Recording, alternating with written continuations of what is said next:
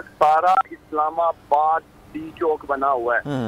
इस्लामाबाद की कोई एक सड़क नहीं जहाँ इस्लामाबाद के अजीम लोग बाहर नहीं है।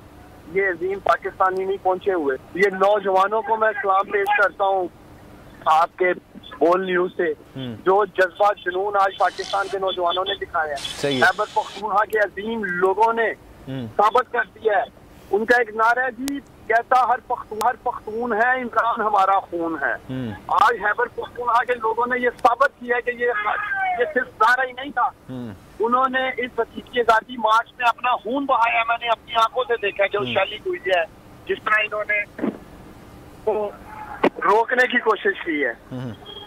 तो ये तो थमने वाला नहीं है तूफान। सही है। अगर ये समझते हैं कि कंटेनर लगाने से या शेलिंग करने से ये कौम वापस लौट जाएगी, ये पाकिस्तानी वापस जाने वाले नहीं है। ठीक है। जिस मकसद के लिए हम निकले हैं, इंशाल्लाह ताला इलेक्शन की तारीख लेके वापस जाएंगे। इलेक्शन की तारीख लेके वापस जाएंगे, लेकिन उस वक्त तक अगर इलेक्शन अनाउंस नहीं होते हैं तो आप पुरअमन तरीके से वहां पर बैठे रहेंगे? ठीक है जी। समी साहब जी, बड़ी ये जो आज अभी जो उस्मान डार ने सवाल उठाए हैं बड़े लेजिटिमेट सवाल हैं, लेकिन मैं तो इस बात पर गौर, ये मैं सोच रहा हूँ कि ये तहरीक इंसाफ का आज एक बड़ा अहम दिन था, उनके लिए एक बड़ा कठिन इम्तिहान था।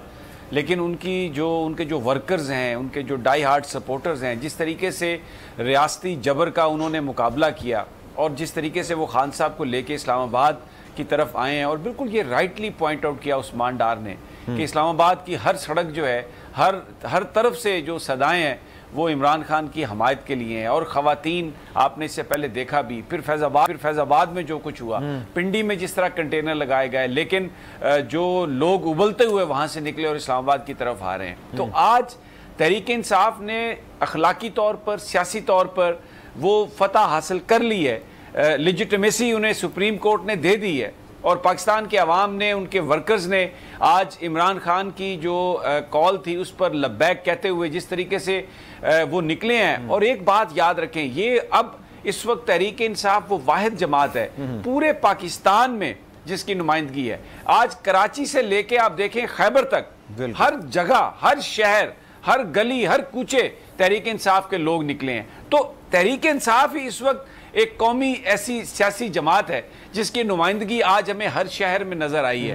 बाकी जो जमातें हैं, मुस्लिम लीग पंजाब की जमात बन के रह गई है, थोड़ी छोटी जमात है पंजाब की, यहाँ पर भी सीटें इस वक्त पीटीआई की ज्यादा हैं। पीपल्स पार्टी जो है वो इंटीरियर सिंध की जमात है। तो एक कौमी जमात, और इमरान खान देखें वो पुरअमन एहतजाज की बात कर रहे हैं, और हमने ये देखा कि ये जो आग लगी है, ये जो कुछ हुआ है, ये सारा पुलिस ने किया है। जो मुल्क को मफलूज किया है ये पुलिस ने किया है। अभी उस्मान डार साहब तो एक पार्टी के वर्कर का जिक्र कर रहे थे जो जिसकी अटक में जिसकी हलाकत हुई है, लेकिन लाहौर में फैसल अब्बास, वो उसको ऊपर से फेंका है पुलिस ने, नीचे धक्का दिया है उस नौजवान को जो फैसलाबाद से जिसका ताल्लुक था। वहां पर वो तहरीक इंसाफ का एक सरगर्म रुकन और किसी बॉडी का वो ओहदेदार भी था। कितने अफसोस की बात है, ये पाकिस्तानी है। और ये मैं वो जो अब आगे क्या होगा सर, अब ये पहुंच जाएंगे, 1 घंटे में पहुंच जाएंगे। व्हाट डू यू थिंक अब क्या होने वाला है? हुकूमत इस कंडीशन में नहीं है, अभी वो भी जाहिर सी बात है इलेक्शंस नहीं कराना चाहती। कराना पड़ेगा इलेक्शन। इससे आप देखिए, ये इस तरह की ताकत आप रोजाना लगाएंगे। जिस वक्त आप ये कंटेनर हटाएंगे, जिस वक्त आप ये पुलिस को वापस भेजेंगे, तो ये लोग फिर निकलेंगे, फिर आएंगे, फिर बैठेंगे। क्या आप पाकिस्तान को मुस्तकिल आप उसका लॉकडाउन करेंगे? ये जो पाकिस्तान की इक्तिसादी सूरत हाल है, ये इस बात को, आपको इस बात की इजाजत देगी? अगर कोई ये समझता है, जैसे अभी ये मरियम नवाज साहबा, मैं हैरान हूं कि यानी मैं ये ख्वाजा आसफ मुझे याद आ रहे थे कि कोई शर्म होती है, कोई हया होती है।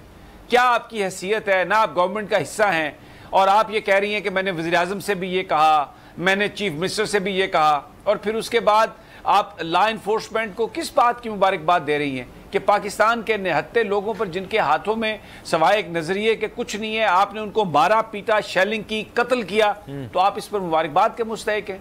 कल अगर वो दूसरी तरफ होंगी पॉलिटिकल डिवाइड के, तो फिर वो क्या करेंगी? उनको तो किसी ने कुछ नहीं कहा। अगर वो गिरफ्तार भी हुई थी तो अदालती अहकामात, नैब इन्वेस्टिगेशन, करप्शन के चार्जेस थे। ये जो सारे लोग भगोड़े हैं जिनकी जमानतें हुई हैं, ये तो करप्शन के चार्जेस में हैं। इन्होंने माल लूटा है पाकिस्तान का, कोई ये पॉलिटिकल जंग तो नहीं थी। पनामा पेपर्स में जो इन्वेस्टिगेशन हुई, जिसमें अकामा निकला, जो जिस अकाउंट से इतने ज्यादा पैसे आपने बाहर भेजे, और जो लंदन में फ्लैट्स हैं अभी तक उसकी आपने पर्चियां रसीदें नहीं दी, तो ये जो आपकी इनकम थी आप तो उस हवाले से जेल में गई। आज जो बात हो रही थी ये तो एक पॉलिटिकल बात है। पीपल आर डिमांडिंग इलेक्शंस कि भाई नया मैंडेट चाहिए, फ्रेश मैंडेट चाहिए। आप लोटों की मदद से हुकूमत बना रहे हैं इदारों पर। और देखिए, मैं एक शहबाज गिल साहब को मैं सुन रहा था आज, जो उन्होंने एक बात कही है, मुझे ये बात बड़ी तकलीफ हुई है मुझे ये सुन के कि रेंजर्स आंसू गैस के आंसू गैस के शेलिंग वो कर रहे थे, यानी tear gas shelling by rangers.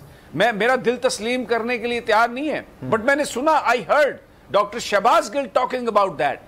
ये हमारे लोगों को जो अपने आप को न्यूट्रल्स कहते हैं, ये मतलब अगर वो न्यूट्रल हैं तो ये शेलिंग, वो तो सिर्फ उनका काम तो हिफाजत करना है, वो तो बिल्डिंग्स की हिफाजत के लिए आए और इस चीज के लिए आए। लेकिन अगर वो आकर, अगर शहबाज गिल साहब सच कह रहे हैं, अगर उन्होंने शेलिंग की है